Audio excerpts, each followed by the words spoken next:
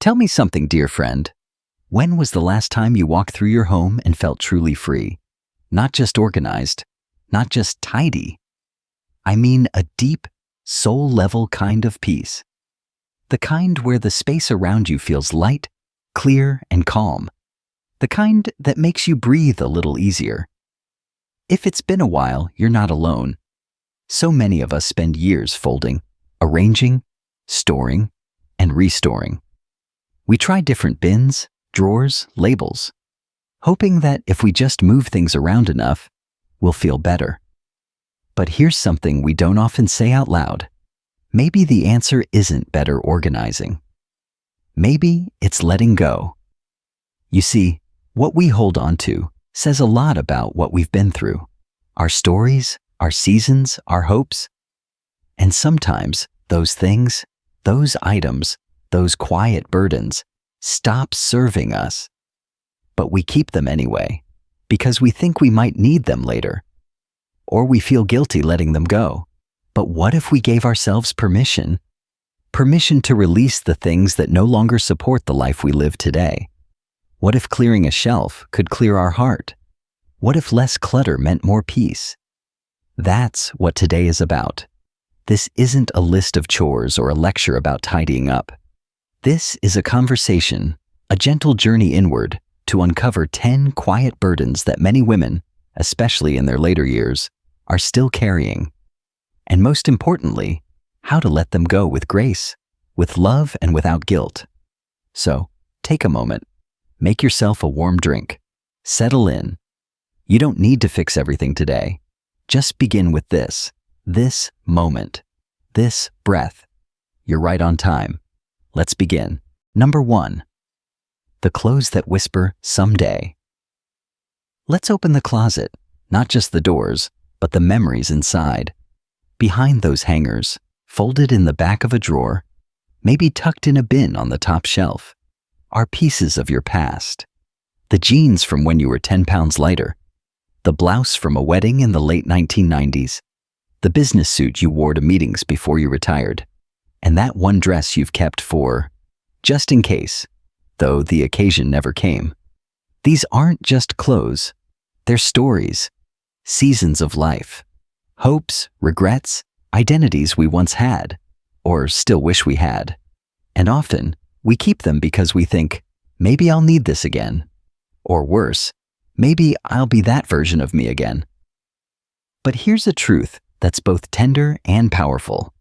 You are not the woman you were 5, 10, or 20 years ago. And you're not supposed to be.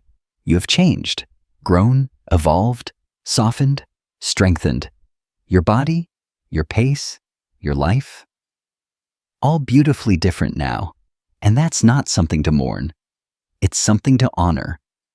Imagine opening your closet and seeing only pieces that fit, not just your shape, but your life today. Clothes that feel good on your skin, outfits that don't make you feel like you have to earn them. A wardrobe that says, this is me, right now, and I love her. So here's a gentle invitation. Take your time. Hold each piece. Ask yourself, do I wear this? Do I feel good in it? Does it support the woman I am today? If the answer is no, let it go. Not in anger, not in guilt, but in gratitude. Because it served you once, and now it's time to serve someone else, or simply step aside and make space. This isn't giving up. It's moving forward, with softness, with strength, with style that fits the real, beautiful you. Number 2, the mugs that hold more than coffee. You probably have a favorite one. Maybe it fits perfectly in your hands, or maybe it has your grandchild's artwork baked into the ceramic. Maybe it says, "World's Best Grandma," or came from that unforgettable trip to Niagara Falls. But now, open the cabinet. Really look. How many mugs are there? 10? 15? Maybe more? How many do you actually use? Each mug might hold a story, but they also take up space. And not just physical space, emotional space. Every time you open that door, you're deciding, Which one to move aside, which one not to knock over, which one you feel guilty for not using. It's a quiet kind of clutter, but it still weighs you down. And sometimes, those mugs don't just hold coffee, they hold memories, guilt, longing. They hold shoulds. I should keep this because it was a gift. I should use that one because it cost money. But the truth is, you don't owe shelf space to every chapter of your life. You're allowed to keep 3, or 5, or however many you truly enjoy using. The ones that feel good in your hands and bring a smile to your face when you reach for them. The rest? Let them move on. Donate them. Gift them. Let someone else build new stories with them. Because letting go of an extra mug isn't about losing the past. It's about making space for your present. And sometimes, peace begins in the smallest places, even in a kitchen drawer. Number 3. Beauty products from a life you don't live anymore. Let's go to the bathroom, or maybe that drawer in your bedroom. You know the one, filled with little jars, half-used lipsticks, a few foundation bottles that haven't been touched in years. You saved them because they were expensive, because you thought you might need them, because at one point, they made you feel a little more like yourself. But now, that eye cream has expired. That lipstick is a color you haven't worn since your granddaughter's high school graduation.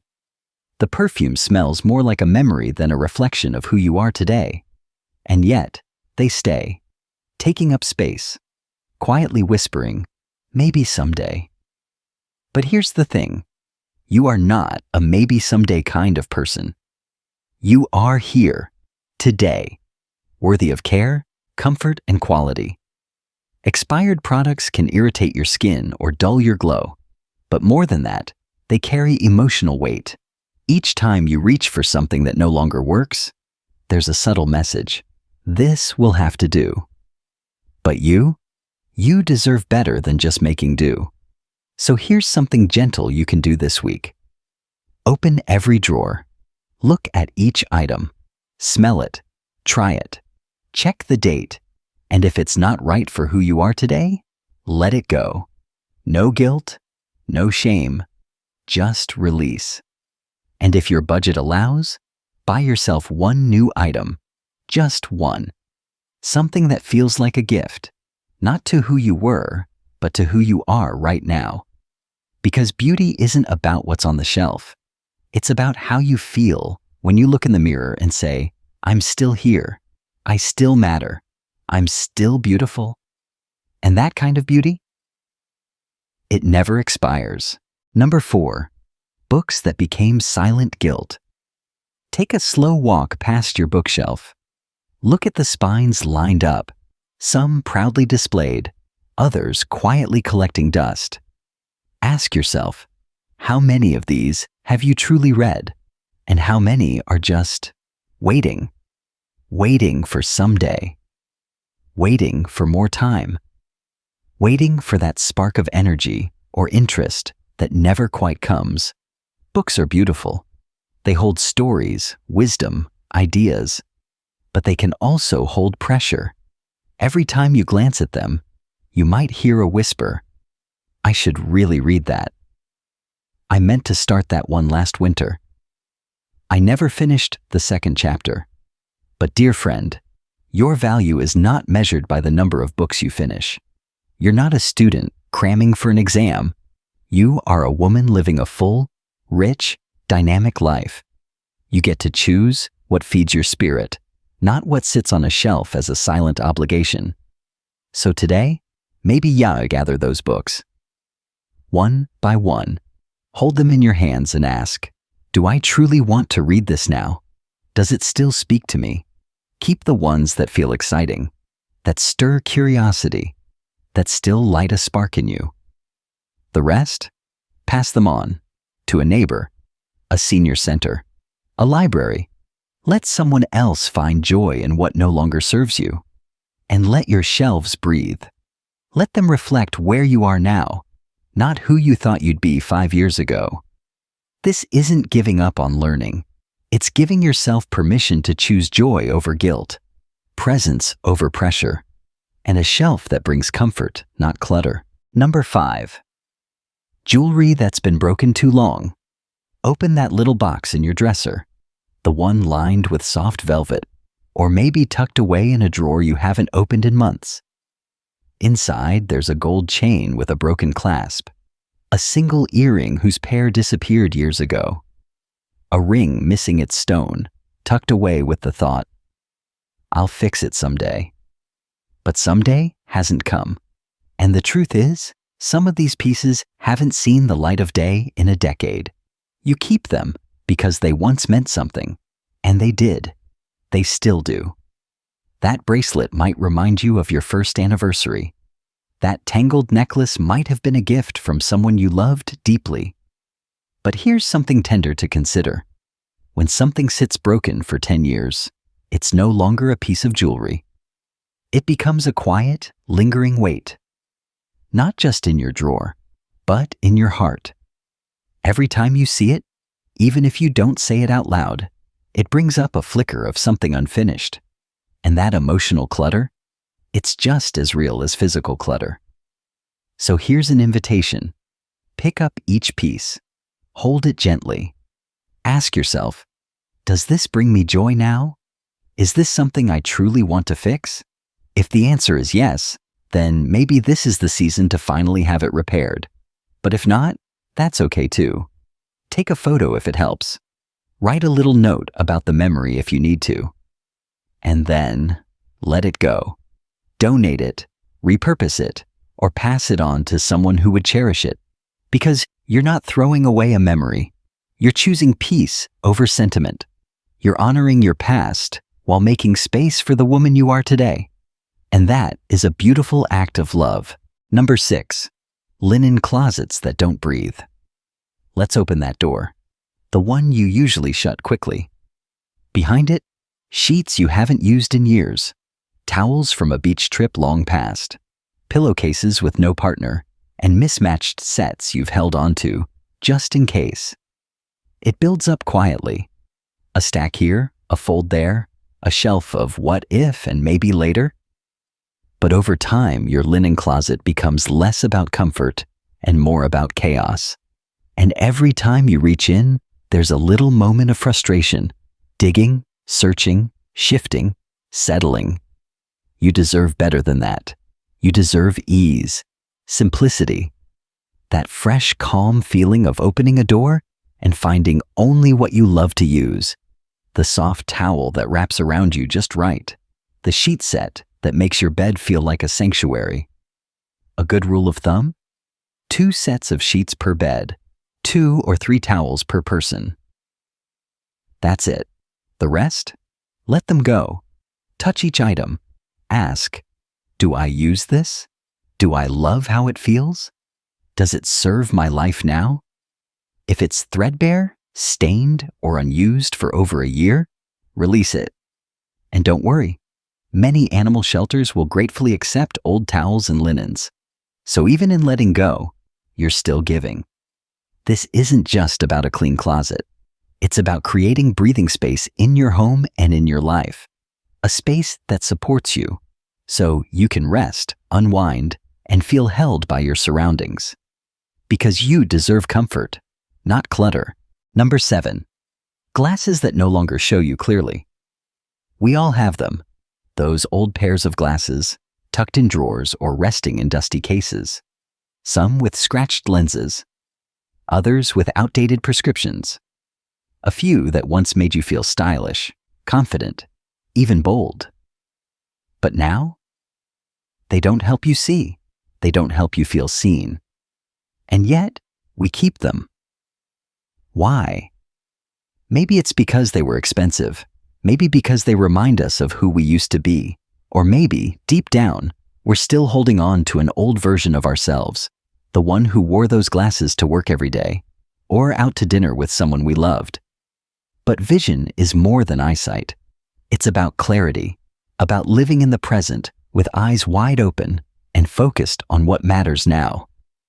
Your needs have changed, your life has changed, and your eyewear should reflect that. You deserve to see clearly, not just the world around you, but your place in it. So take a moment, gather every pair, try them on. Look in the mirror. Ask, do these still serve me?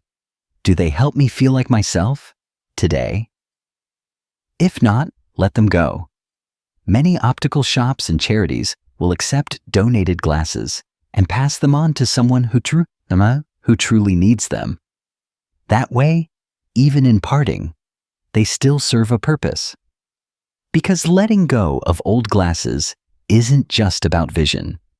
It's about honoring where you are now, choosing clarity, and seeing yourself with kindness exactly as you are.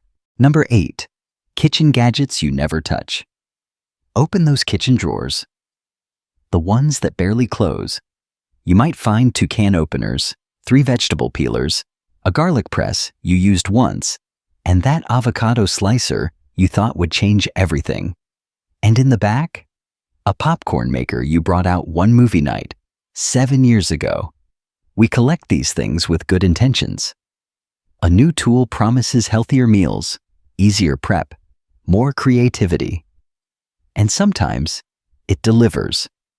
But more often, it ends up tucked away, unused and forgotten, adding to the quiet chaos of daily life. When your kitchen is cluttered, cooking becomes harder than it needs to be. You dig past tools you never use just to get to the ones you love. And that frustration, even in small doses, adds up. Here's a gentle suggestion. Pick a day this week. Open every drawer. Touch every item. Ask yourself, have I used this in the last year? If not, why? Maybe it's time to simplify, to create a kitchen that breathes again. One where every tool has a purpose, every drawer opens with ease, and preparing a meal feels less like a chore and more like an act of care. You're not giving up on good cooking.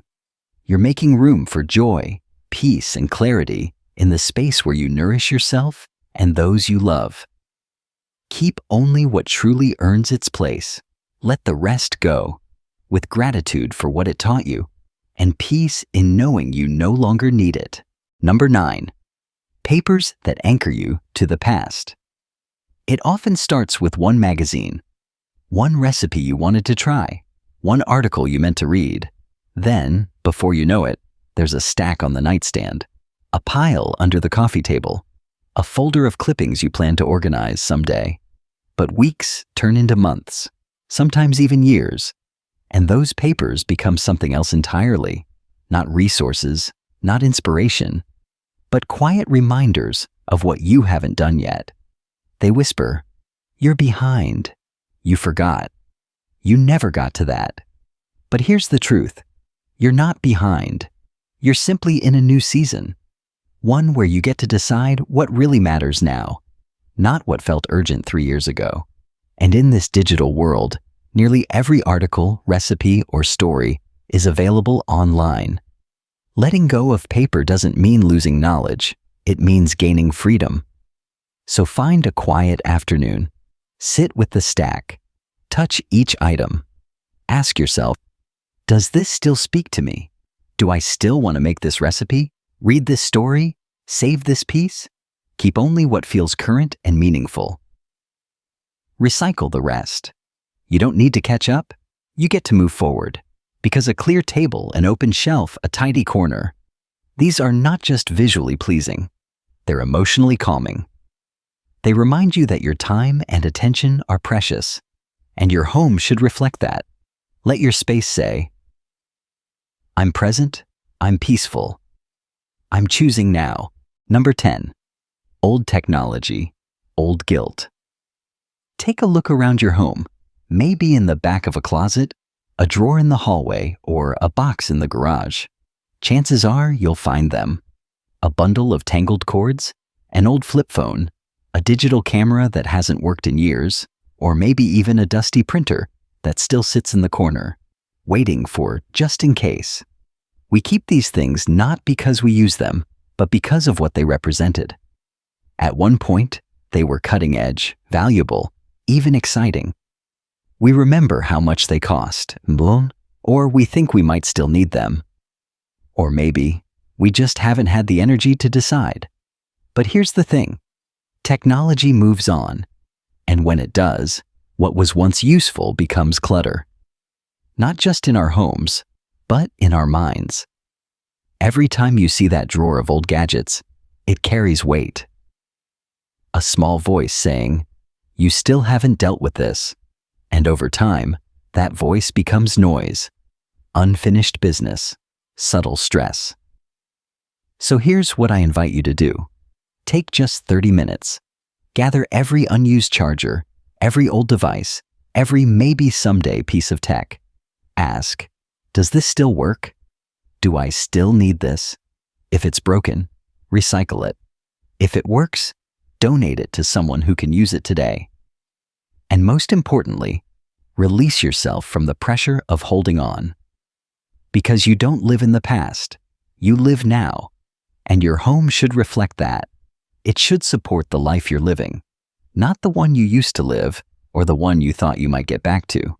You deserve a space that feels up to date, useful, light, free of wires, dust, and guilt.